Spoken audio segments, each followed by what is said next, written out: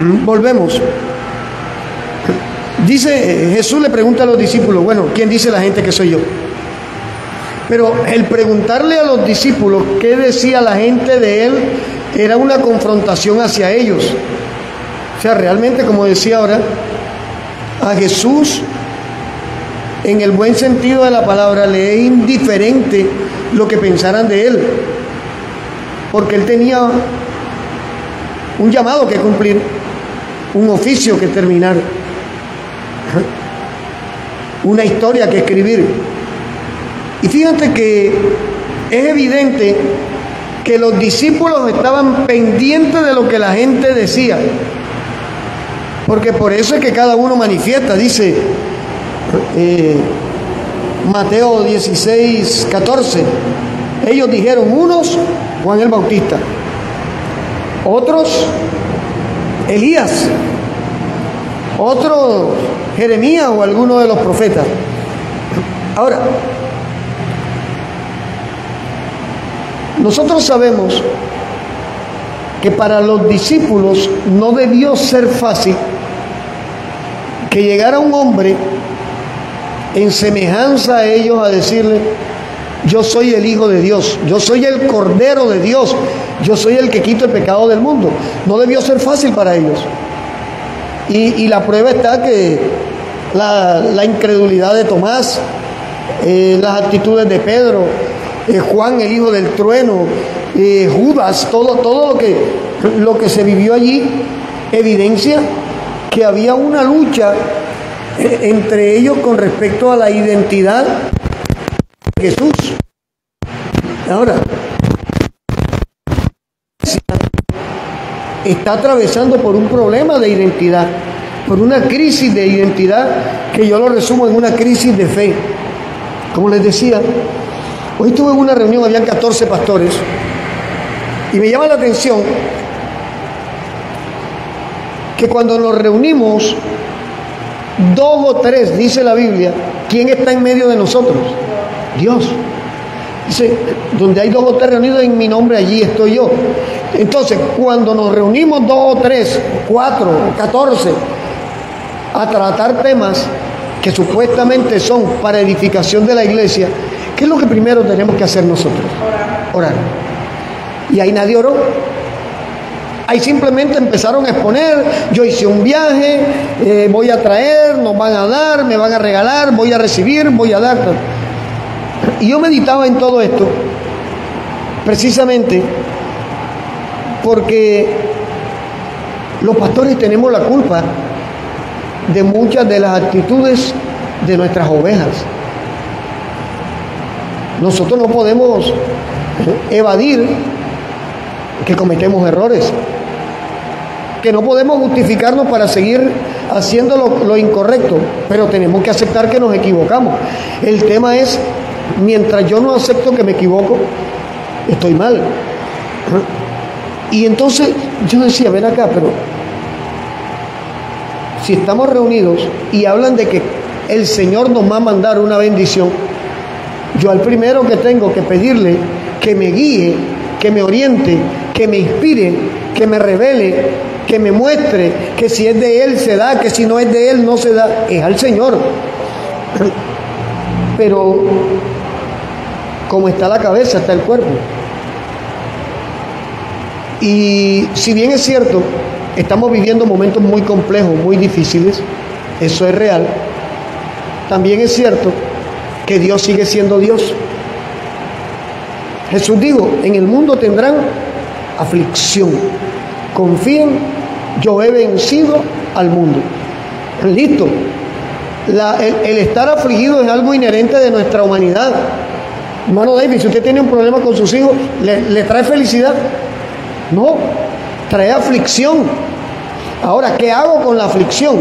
Allí es donde nuestra identidad nos debe llevar a enfocar la aflicción al lugar correcto. ¿Por qué?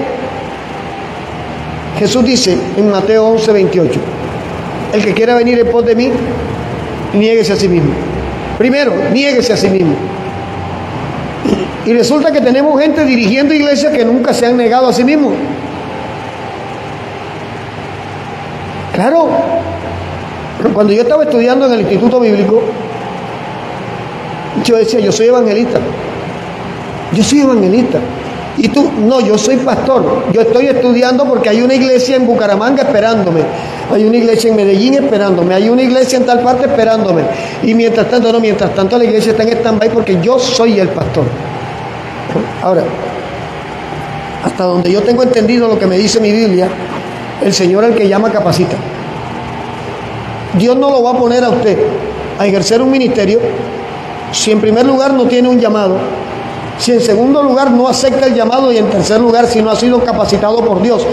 Y el Instituto Bíblico perfecto no es aquel donde me enseñan citas bíblicas.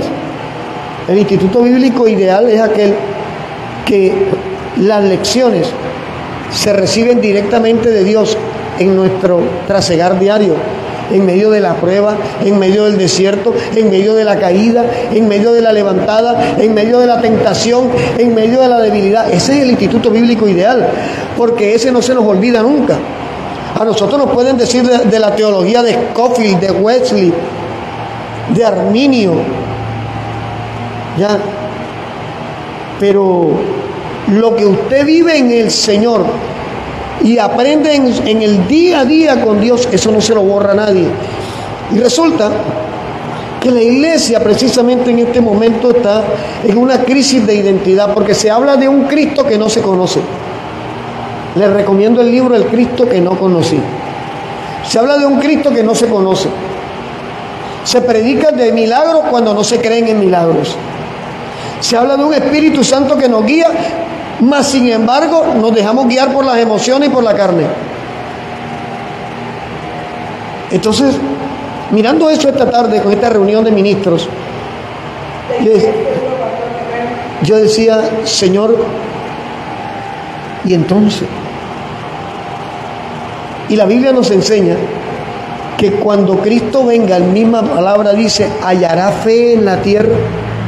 Ahora, él no estaba hablando del mundo incrédulo, porque es que el incrédulo no tiene fe, porque la fe es un fruto, la fe es un don del Espíritu Santo. 1 Corintios 12. Entonces, si no hay Espíritu Santo, no hay fe. Jesús estaba hablando acerca de la iglesia, porque la iglesia perdió la identidad. Ser iglesia no es hacer un evento y llenar un auditorio con 1000 personas. Eso no es ser iglesia. Eso lo hacen los artistas del mundo y nadie sale edificado. Pero cuando Jesús le dice a sus discípulos allí en Mateo 16:13, ¿quién dicen los hombres que es el Hijo del Hombre? Fíjate que él se da un calificativo a sí mismo. Dice, yo soy el Hijo del Hombre. Y es el calificativo con el cual se conoce a Jesús según el linaje de David. El Hijo del Hombre. El Hijo según la línea paternal de Jesús y su ascendencia hacia David. Entonces, se dice a sí mismo el Hijo del Hombre, pero lleva a los discípulos a una confrontación para ponerlos a pensar. Profeta. Jeremías estaba muerto. Juan el Bautista estaba muerto. La cabeza se la cortaron y la pusieron en una charola. Elías estaba muerto. Y es contradictorio que ellos mencionan a unas personas que están muertas cuando tenían al que daba vida cara a cara con ellos, pero necesitaban vivir un proceso. Y es allí donde nosotros tenemos que entender que nada de lo que pasa en nuestra vida cristiana pasa por casualidad. En algún momento hablaba de esto y alguien me recriminó porque decía, o sea que usted está de acuerdo que las ovejas caigan. No, yo no estoy de acuerdo. Pero desafortunadamente nosotros, las mejores lecciones que atesoramos son las que nos cuestan lágrimas. Las lecciones que nos sacan lágrimas son las que no se nos olvidan. Y las caídas nos sacan lágrimas. Y cuando en medio de mi caída yo levanto mi mirada a buscar quién soy y quién es Cristo en mí, es cuando se produce un cambio verdadero en nosotros. Porque es que hay mucho pueblo de Dios distraído. Hay gente que se cree cristiana y no es cristiana. Hay gente que se autodenomina hijo o hija de Dios, pero los requisitos para ser hijo de Dios los dio el mismo Jesús. Si nosotros nos damos cuenta en Mateo 5, cuando habla en el Sermón del Monte, y Jesús dice que bendiga al que me maldice, que ore por el que me persigue, que al que me pega en una mejilla le ponga la otra, que al que me quita el vestido le entregue la capa, que no me deje vencer por el mal, sino que venza el mal con el bien. Cuando yo encuentro todo esto, y después ahí en Mateo 7, cuando Jesús habla de que si no le perdonamos a los hombres sus ofensas, Dios no perdonará las nuestras, nos damos cuenta que ser hijo de Dios no es simplemente hacer una oración y que yo recibo a Jesús como mi Señor y suficiente Salvador. Eso no sirve. Eso no sirve si yo no tengo claro qué es lo que está sucediendo. Y que al final ser hijo requiere una transición, un proceso. Ustedes que tienen hijos, ustedes no tuvieron una relación íntima con su esposo y al día siguiente tuvieron el hijo en los brazos. Entonces, ¿cómo se convencieron que eran madres? ¿Cuándo se sintieron madres? Cuando tuvieron el bebé en los brazos y se dieron cuenta, ahí está. Pero ya eran madres porque lo llevaban en el vientre. Pero es que es una cosa diferente el bebé que está en el vientre al bebé que se despega en el seno de la mamá, al bebé que aprende a escuchar el latido del corazón de la mamá, y eso le trae tranquilidad al bebé. Entonces, como iglesia, nuestra identidad no va a depender de una teología, no va a depender de una oración que alguien hizo que repitiera, sino de una relación y de tener claro a dónde estoy mirando y quién soy y en qué estoy. Entonces, fíjense que en el versículo 16, el más temperamental tiene la revelación. Tú eres el Cristo, el Hijo del Dios viviente, el más temperamental. Lo que nos da a entender que en el ser humano más perdido que hay en la tierra hay un toque de Dios esperando ser activado. No nosotros solamente, todos fuimos hechos a imagen y semejanza de Dios. Génesis 1, 26, 27. Entonces, ¿quién es Cristo en nosotros en este tiempo? ¿Quién es Cristo para nosotros en este tiempo? En algún momento prediqué un mensaje acerca del arca de Noé y hablábamos de que el arca era tipo de Cristo. En el arca había espacio para todo el que viniera a él. Dice que tenía 3 niveles, estaba calafateada. O sea, nos ponemos a mirar y el arca realmente representa a Cristo. Y cómo Cristo nos puede contener a todos nosotros en el contexto de que Él vino a darnos vida y vida en abundancia, que Él vino a darnos una vida nueva, una nueva oportunidad. Cuando nosotros nos rendimos realmente a Cristo, estamos en Él en nosotros, estamos en el arca. Entonces, ¿y el arca qué hizo con los que estuvieron dentro de Él? Aún con los animales, fueron preservados, fueron salvados. Entonces, la iglesia necesita recuperar. Nosotros como cristianos tenemos que admitir que hemos tenido momentos en los cuales se nos olvidó quiénes somos. El hermano Davis, en una parte del mensaje el domingo, decía algo tremendo, y es que muchas veces con tal de encajar en lo que tengo alrededor, termino haciendo cosas que Dios no me dijo que hiciera, y eso tiene consecuencias. Pero esa actitud de pretender hacer cosas para encajar, a la vez es un síntoma de que algo no está bien, de que tengo una crisis de identidad. Ahora, lo bueno de todo esto es lo que hemos caído hemos tenido la oportunidad de ser levantados y contamos la historia. Tenemos la oportunidad de contar la historia. Porque conocemos gente que se apartó, cayó y más nunca se levantó. Nosotros, alguien decía, lo que pasa es que usted pretende que seamos perfectos. No, yo no. Jesús dijo, sean perfectos como nuestro Padre que está en los cielos es perfecto. Y es que no vamos a ser igual que Dios. No era eso lo que estaba diciendo Jesús. Jesús lo que estaba hablando era específicamente de buscar ser la imagen de Dios en nosotros, la imagen de Él en nosotros, de atrevernos a decir no el día que hay que decir que no, de atrevernos a decir sí aunque todo el mundo diga que no debemos hacerlo. En otras palabras, ser guiado por el Espíritu Santo. Y de verdad, no quiero extenderme mucho esta noche. ¿Quién es Cristo para nosotros hoy? ¿Qué es Cristo para mí? Porque no es solamente quién, también es qué.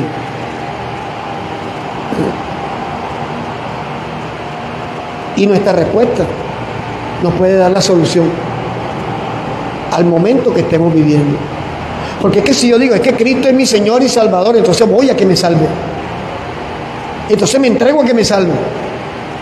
No, que Él es mi ayudador, entonces me entrego a que me ayude. Porque terminamos haciendo tanta fuerza para resolver asuntos nuestros que le quitamos espacio a Dios. Terminamos haciendo que la crisis de fe deje de tener solución. Ahora, decía, Dios sigue siendo Dios. El perdido más perdido, Dios sigue siendo Dios para el perdido más perdido. Porque el día que ese perdido diga, perdóname, en el nombre de Jesús yo me arrepiento, Dios sigue siendo Dios para esa persona. Y Dios sigue siendo Dios para nosotros esta noche, a pesar de que nuestra condición pretenda enrostrarnos que Dios se olvidó de nosotros. Él nunca se ha olvidado. Que Jesús nos dejó a un lado, no, nosotros lo dejamos a un lado. Porque es que por supuesto hay lugares donde Jesús no va a entrar. Hermano David, ¿cuántos años tiene el niño suyo? 13 años. ¿Usted metería a su hijo de 13 años en un prostíbulo? No puede entrar allí. Entonces, si yo hago un paralelo con esto, hay lugares donde Jesús no va a poder entrar. Entramos nosotros, no va a entrar Él. Y muchas veces entramos a lugares y a condiciones y dejamos a Jesús afuera. Y se nos olvida, en el interactuar con esas decisiones que tomamos, se nos olvida que lo dejamos allá en la puerta. Y que Él está dispuesto, a la hora que salgamos, a agarrarlo de la mano, a seguir con nosotros. Yo quiero invitar esta noche, a través de este pequeño mensaje, a que meditemos nuevamente quién es Cristo para nosotros. No quién es Cristo para la teología que aprendimos, no quién es Cristo según el versículo que estudiamos, sino quién es Cristo en mi vida y qué es Cristo para mi vida. Porque si Cristo es mi Salvador, lo dejo que me salve. Si es mi Redentor, lo dejo que me redima. Si es mi ayudador, lo dejo que me ayude. Si es mi salvavidas, entonces me aferro a Él. Si es mi arca, entonces entro en Él. Si es mi todo, entonces me rindo para que Él sea en nosotros. Vamos a orar, vamos a tomarnos de la mano esta noche y vamos a darle gracias a Dios por seguir siendo Dios. Padre, en el nombre de Jesús. Hermano David, por favor, apóyeme allí con la hermana Sandra y la hermana Jacqueline. Vamos a estar orando por Sandra, ¿sí? Señor, aquí estamos delante de ti. Y te damos gracias, Dios, porque en tu camino no existen las casualidades, sino los propósitos. Si decimos que eres nuestro Dios, hoy nos rendimos delante de ti. Si eres nuestro Salvador y Señor, te pedimos perdón por haberte dejado de lado,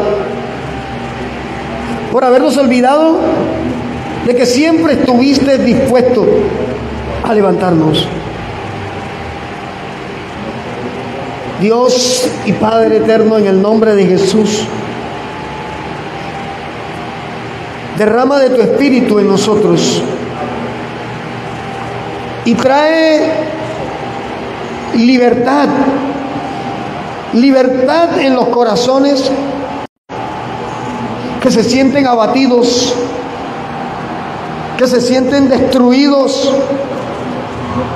que están viviendo una crisis de identidad a causa de las decisiones equivocadas que pudieron tomar. Pero sobre todo te pedimos, Padre, en el nombre de Jesús, que les des una nueva oportunidad, que tú los levantes, que tu Espíritu les dé fortaleza, que tu Espíritu les dé dominio propio y autoridad, que tu Espíritu se mueva con poder en sus vidas y que aún ellos puedan ser testimonio a aquellos incrédulos, a aquellos que aún no se han convencido quién es Jesús, qué es Jesús para la iglesia, de que tú cambias nuestra tristeza en alegría, nuestro lamento en gozo, nuestras derrotas en victorias, nuestras enfermedades en milagros de sanidad, nuestra escasez en milagros creativos desde los cielos. Esta noche te damos la gloria y te damos gracias en nombre de tu Hijo Jesucristo, Padre eterno. Y te pedimos que este pequeño mensaje pueda edificar a alguien, pueda levantar a alguien que en determinado momento siente que su vida perdió sentido, siente que perdió orientación espiritual, siente que perdió fuerzas, siente que perdió el norte. Oriéntalo por tu Espíritu Santo, abrázale, levántale, restáurale, en el nombre de Jesús. Y oramos por la iglesia de Cristo esta noche, Señor, para que nos guíe tu Espíritu, para que hablemos palabras conforme a tu palabra, para que edifiquemos a tu pueblo conforme a tu propósito, para que seamos obedientes a tu perfecta voluntad. En el nombre de Jesús, Espíritu Santo, sigue tocando, sigue sanando, sigue rompiendo ligaduras, sigue restaurando, sigue limpiando allí, Señor. Sigue moviéndote, sigue dando libertad en el nombre de Jesús, en el nombre de Jesús, en el nombre que es sobre todo nombre, en ese nombre que los demonios tiemblan, en ese nombre que toda rodilla se dobla, en ese nombre que la enfermedad retrocede, en ese nombre, en esta noche proclamamos que somos más que vencedores. Y gracias te damos por este tiempo en Cristo Jesús. Amén y amén. Gloria a Dios.